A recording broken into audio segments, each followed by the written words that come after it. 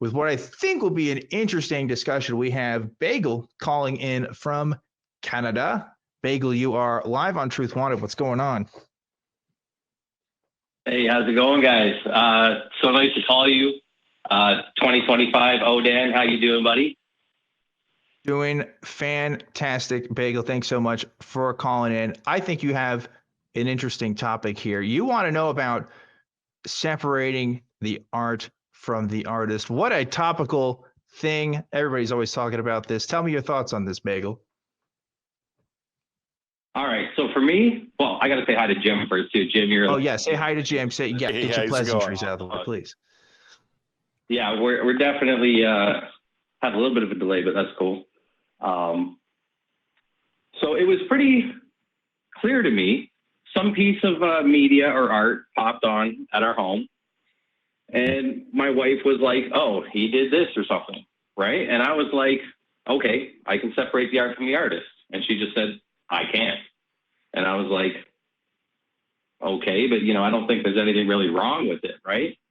So I guess I have a pretty good argument either way, which she presented a view to me that I didn't quite see.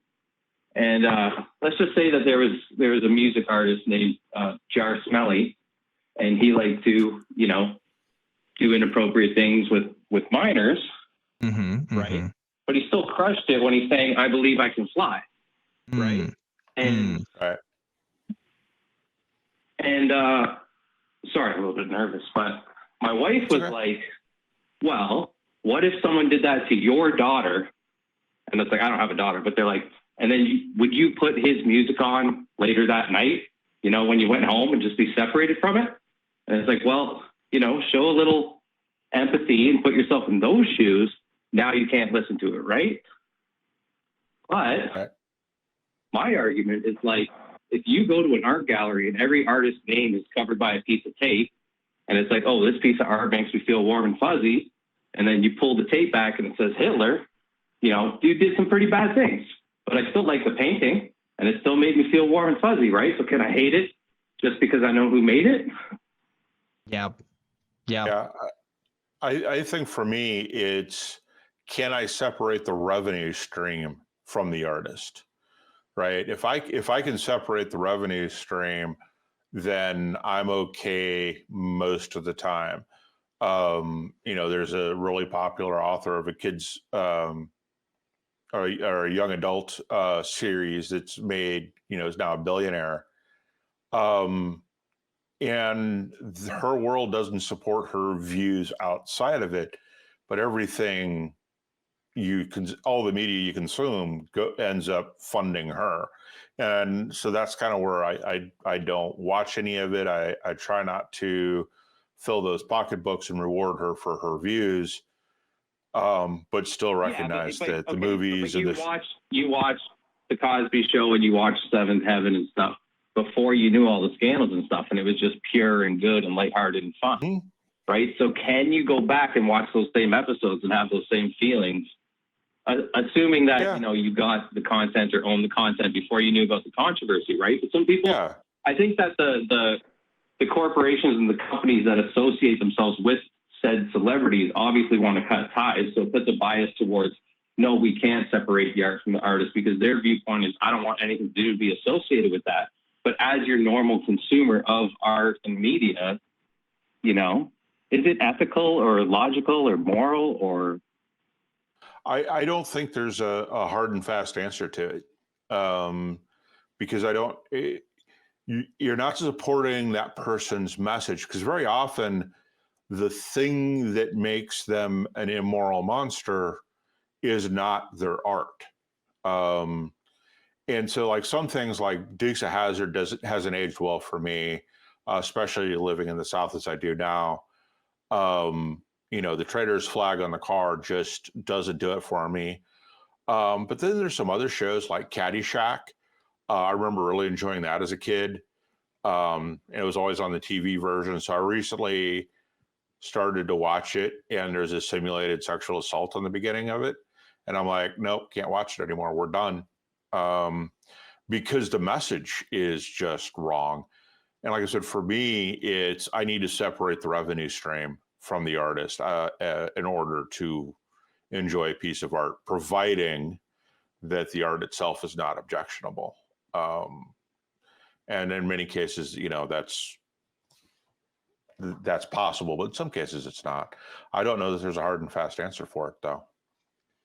It's an interesting topic to talk about. Yeah, I mean, it's so difficult. So like, there's so many elements to this because we live in the year of our Lord, 2025, and we know more about every celebrity ever now than we've ever known ever.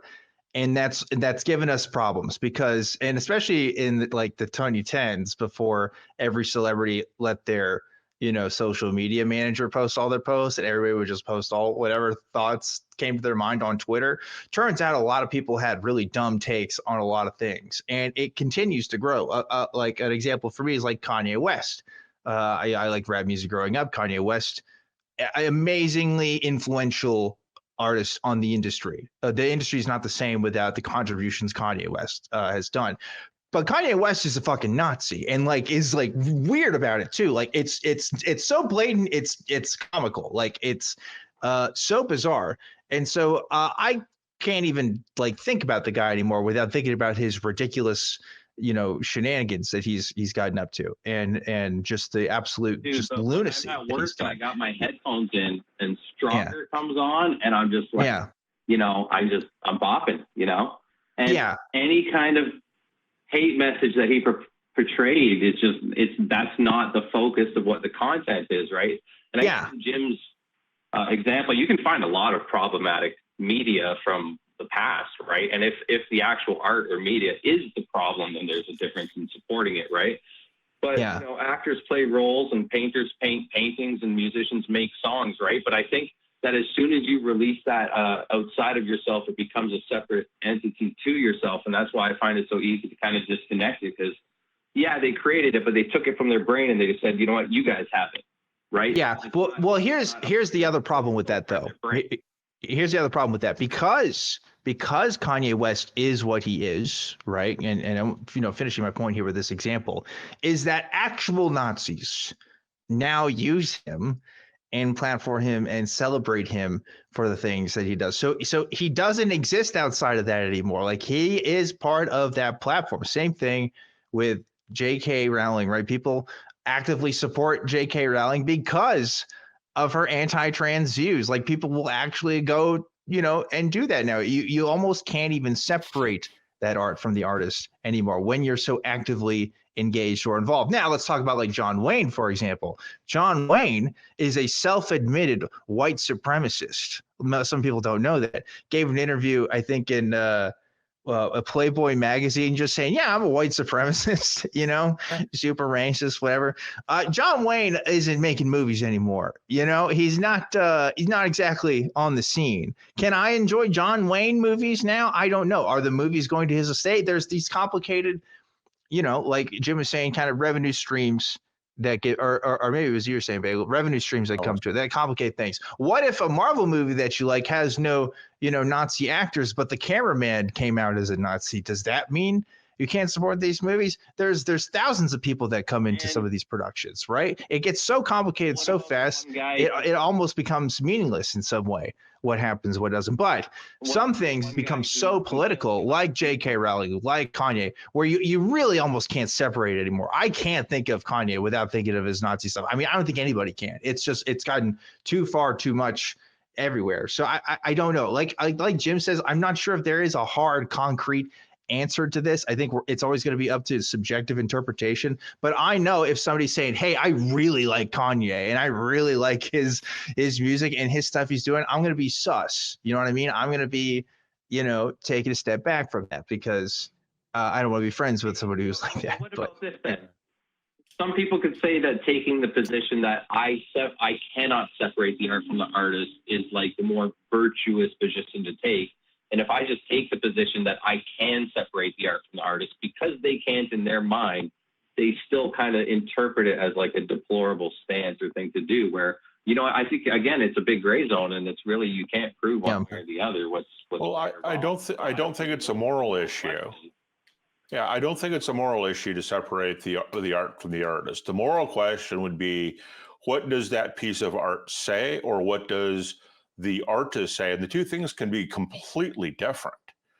Like I said, we were talking about J.K. Rowling. The Harry Potter universe is very accepting of the different, and I think of the LGBTQIA community. And the actors seem to back that hypothesis up, and I think that you can make a good case of that in the books. And yet you have, J.K. Rowling saying these horrible, horrible things. Yeah. I think that the things she says personally, and the things that her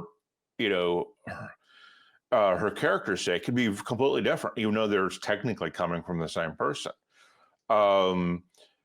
And so I guess it's just how much do you want to, or how much can you parse out and accept and not accept? Because even bad people say good things on occasion, and do good things on occasion. And I think we have to reward them for doing the good things, while also not rewarding them when they say or do bad things. Because the question becomes, how do you take someone like Dr. Krauss and the accusations he had? Do you wipe away his contributions to science because of his allegations? I think it'd be really, really hard to do.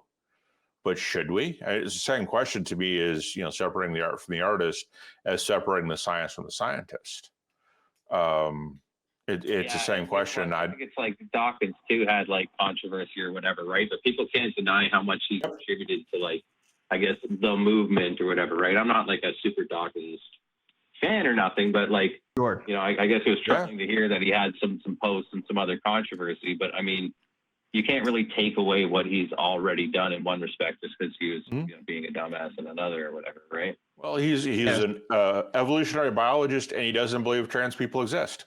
It's like, what? That's the thing. You can't take away the contributions he's done, but you also can't take away the harm, right? That's the problem. Like the J.K. Rowling stuff, like, when the video game came out, that was a big deal, right? I like the movies. I never really got into the books, right? So it was kind of a non-issue for me. I wasn't going to get this game, but people at the time were asking me, are you going to get this game? And my response to this was, well, I have trans friends who don't want me to get this game, and I'm going to do this out of respect for them. So really, for me, it was the people in my community, what I respect in their values. If this is meaningful for them, for me not to get this game and to not support it, then I'm going to do it. So again, that's a very individual, that's not a very, universal rule that you can take, but I am going to continue to do that, right? I'm going to listen to the people around me, how this affects them, how that matters to them. And because ultimately, like, that's going to be taking precedent, and if for some reason or another, if there's something that somebody's done that is doing active harm, and supporting them financially or otherwise in any way is going to contribute to them continuing to do harm, then I do want to stop that. Obviously, nobody's perfect, and we can't go back on the things we've already done, but I am going to continue to, stop supporting people and stop supporting artists that I don't think are worth support. Even if it's a drop in the bucket, I just think that that's the right thing to do. But yeah, it's a real tough one there, Bagel. I don't know. What are your thoughts? Well, I don't know if I have any more thoughts on it. You know what I mean? I think I might be all thought it out, but it's been a pleasure calling. The reason I called you 2025, Dan, is because I'm really only up to 2022, Dan. I know I don't know you, but that's as far as I kind of know you. You know what I mean? Gotcha. Okay. I was wondering about that. I was like, I didn't know if there's some sort of meme about me or something. I'm 2025, Dan, but there you go.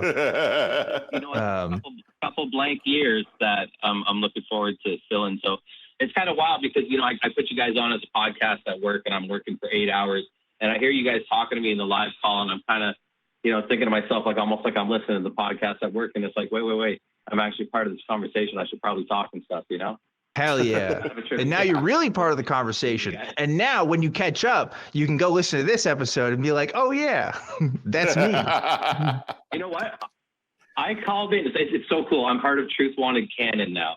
But that's right. Yeah, exactly. And I actually had the opportunity to talk to I talked to Kelly Laughlin and John the Skeptics, so hi to those guys.